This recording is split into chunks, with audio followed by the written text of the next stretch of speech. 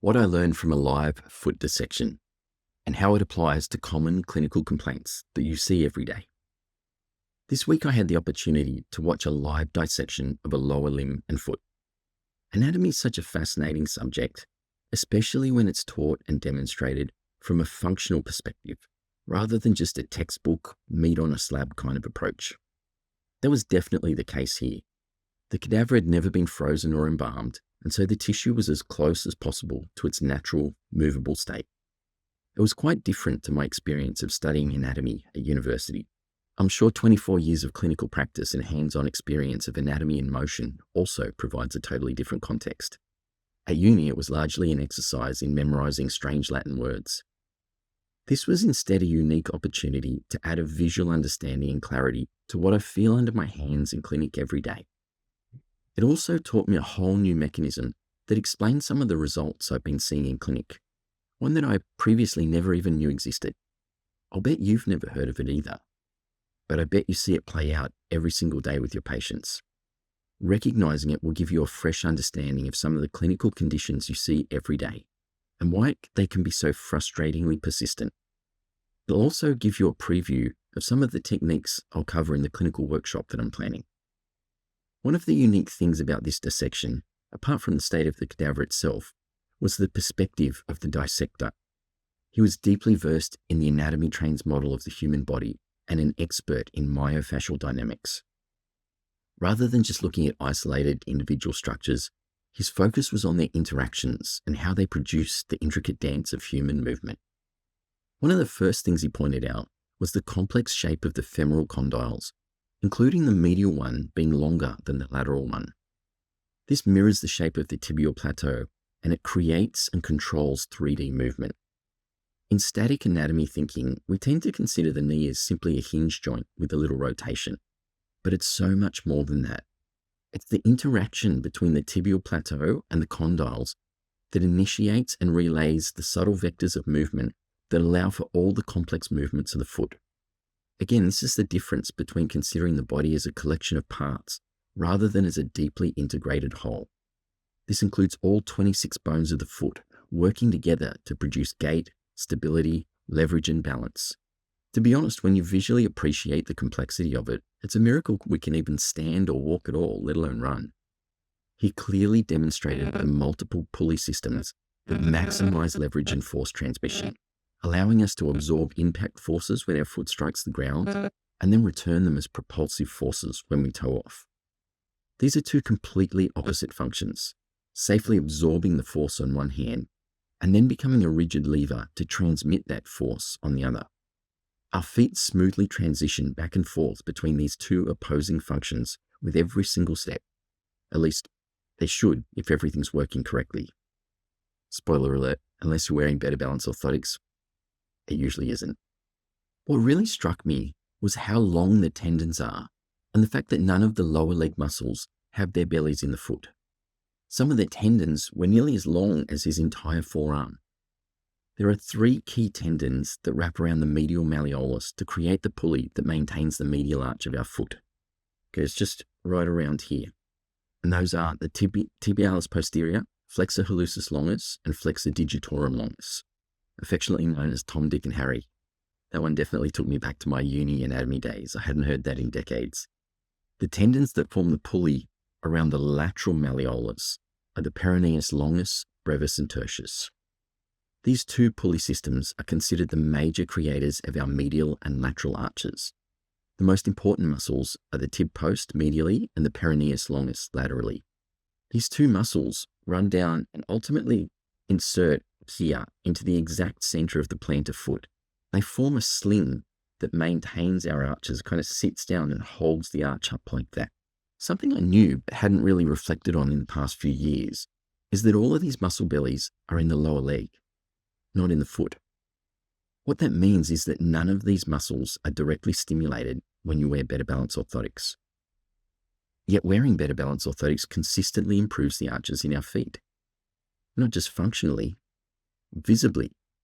I had totally flat feet for the first 30 years of my life. Now I have clear, functional arches. I've shared in the past how my wife first noticed the shape of my footprint had changed when we were walking on the beach. And I'm not an isolated case. We see this outcome regularly with our patients. I tell them that the orthotics stimulate the muscles, nerves, and fascia in their feet. But as far as I understand it, they don't work by stimulating tendons. Yet none of the muscles supposedly responsible for creating our arches have any muscle fibers in our feet, only tendons. So how are these orthotics rebuilding people's arches? It's not impossible that maybe they stimulate tendons. Tendons do contain proprioceptors called Golgi tendon organs, but these largely monitor stretch. The dynamic, bouncy nature of the orthotics may provide some stretching to the tendons and therefore stimulation of the GTOs, but I'm yet to see any research suggesting that. I believe there's actually two explanations. The first is that the intrinsic muscles of the feet contribute way more to the function of our arches than was previously thought. The research is increasingly supporting this. I've seen some recent papers that have even shown that some people diagnosed with plantar fasciitis actually have no inflammation of their plantar fascia whatsoever. Instead, it's the intrinsic muscles that are involved. These are located in the feet and are directly stimulated by better balance orthotics. I think this is one of the key mechanisms that creates many of their benefits.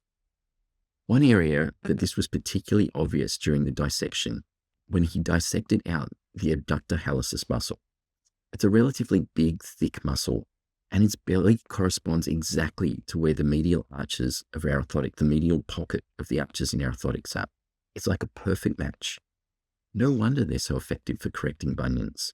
Every step is firing off this muscle and just pulling that big toe back into alignment. That's one of the things I love about them and why they're so congruent with our chiropractic paradigm.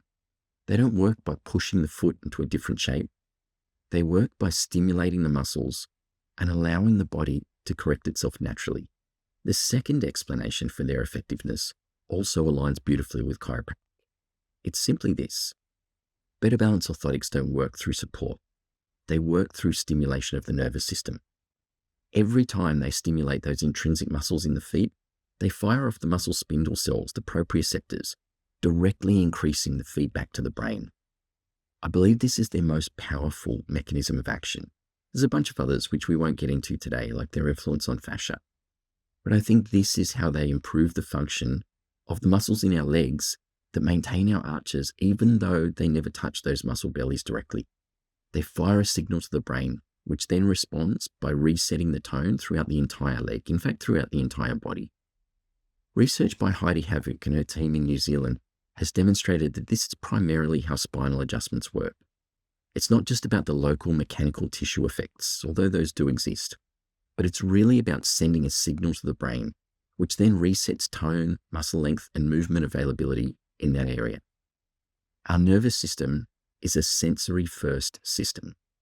When you improve the quality of the inputs, for example with an adjustment or by wearing better balance orthotics, it responds with improved quality of motor outputs. This also fits with a whole new clinical mechanism that I learned during the dissection that I'd never even considered before. Yet it's incredibly common and it's likely playing out with many of your patients right now. I even recognized it in my own body. As I mentioned, the dissector took a very holistic view of the body. Rather than focusing on individual joints or muscles, he demonstrated how they function together to transmit force and create movement potential throughout the body. He showed how the tibia and fibula rotate laterally because of the shape of the tibial plateau and the different lengths of the condyles. This sets up and allows movement of the talus, which then translates into movement potential for all 26 bones of the foot. The talus has no muscles attached to it. Its movement is completely controlled by its bony relationships. And because the talus is wider anteriorly than posteriorly, when you squeeze the tibia and fibula together, it creates a mechanical brake on the talus that reduces its movement and thereby reduces the movement of all the joints in the foot that came after it. The example that he gave was, most people have sprained or twisted their knee at some point. If the collateral ligaments are thickened or scarred up from an injury, the rotation that takes place at the tibial plateau is reduced. So then the brake, the tibia and fibula, will act differently on the talus, and all the joints in the foot are going to accommodate and move slower. This is what creates what he called old person shuffle. This occurs When the nervous system detects any instability in the mechanical chain due to injury, it responds by tightening the muscles in the leg to prevent further injury. And over time, this tightens the interosseous membrane between the tibia and fibula, pulling them closer together and applying the brake to reduce instability. Although I'd never heard of this mechanism before, I can personally attest to its effects. When I was 17, I went skiing for the first and only time, and I seriously damaged the medial collateral ligaments in my left knee. After months of physio and walking on crutches, it seemed to settle down and I never gave it another thought, except that I switched to snowboarding to prevent a repeat incident. Decades later, I was snowboarding down a steep, icy mountain, and I realized I was going dangerously fast and I was accelerating. I was still in control at that point, but I wanted it to stay that way, so I hit the brakes pretty hard. I didn't fall. In fact, I didn't even wobble, but I completely blew out both the medial and lateral collateral ligaments of my left ankle. It was like they just simultaneously both exploded, resulting in me wasting the whole next day in emergency waiting for an x-ray. Nothing was broken, and a premature end to my snowboarding season. I couldn't figure out why it happened. I couldn't work out what went wrong. I didn't do anything that I hadn't done thousands of times before. My other ankle was fine, but my left one was a wreck. In the course of repairing and rehabbing myself and working with some excellent practitioners, it became apparent that the underlying cause that set me up for that incident was really my left knee injury from many years, like decades earlier. Even though I didn't fully understand the mechanism, but I do now. Here's the thing though, you don't need to be a skier or a snowboarder to experience this. How many people do you think have never sprained an ankle or twisted a knee before? How many have never stepped funny and twisted something in their foot? I'd say virtually no one. Most people have had so many of these minor incidents that they don't even remember most of them. And every injury is increasing instability in that mechanical chain, tightening the muscles in response, cinching the tibia and the fibula tighter together through the interosseous membrane, and applying the brake to the talus, thereby reducing movement throughout the entire foot, creating the old person shuffle, shortening the person's stride and reducing extension in the hip joint, which loads up their lower back, weakens their glutes, and tightens their hamstrings. How many of your patients complain of having tight hip flexors, even if they stretch regularly? They're chronically shortened because they never fully extend their hip. They can't. It's simply not biomechanically possible once that talus brake is applied. This is such a common and debilitating pattern that I plan to record a whole future episode on it. I guarantee you see it in your clinic every day. Recognizing and understanding this pattern is the first step. Learning how to easily test for it and resolve it, well, that's the next one. It's a game changer for your patients and for your practice. It's part of what I'm planning to teach at the workshop I'm thinking of running here in Sydney. I mentioned it last week, thanks to the people who've already put their hand up. If you'd like to learn how to undo these hidden patterns that are setting up so many of your patients' problems that you see in the clinic every day, actively working against your adjustments, let me know and I'll add you to the list of people to notify about the workshop. If you can't make it, getting better balance orthotics on your patient's feet is a great start. For years, that's all I did, not understanding how much more could be done. In fact, it was really the quest to understand the results I was seeing from patients wearing better balance orthotics that led me to develop the techniques that I want to teach you.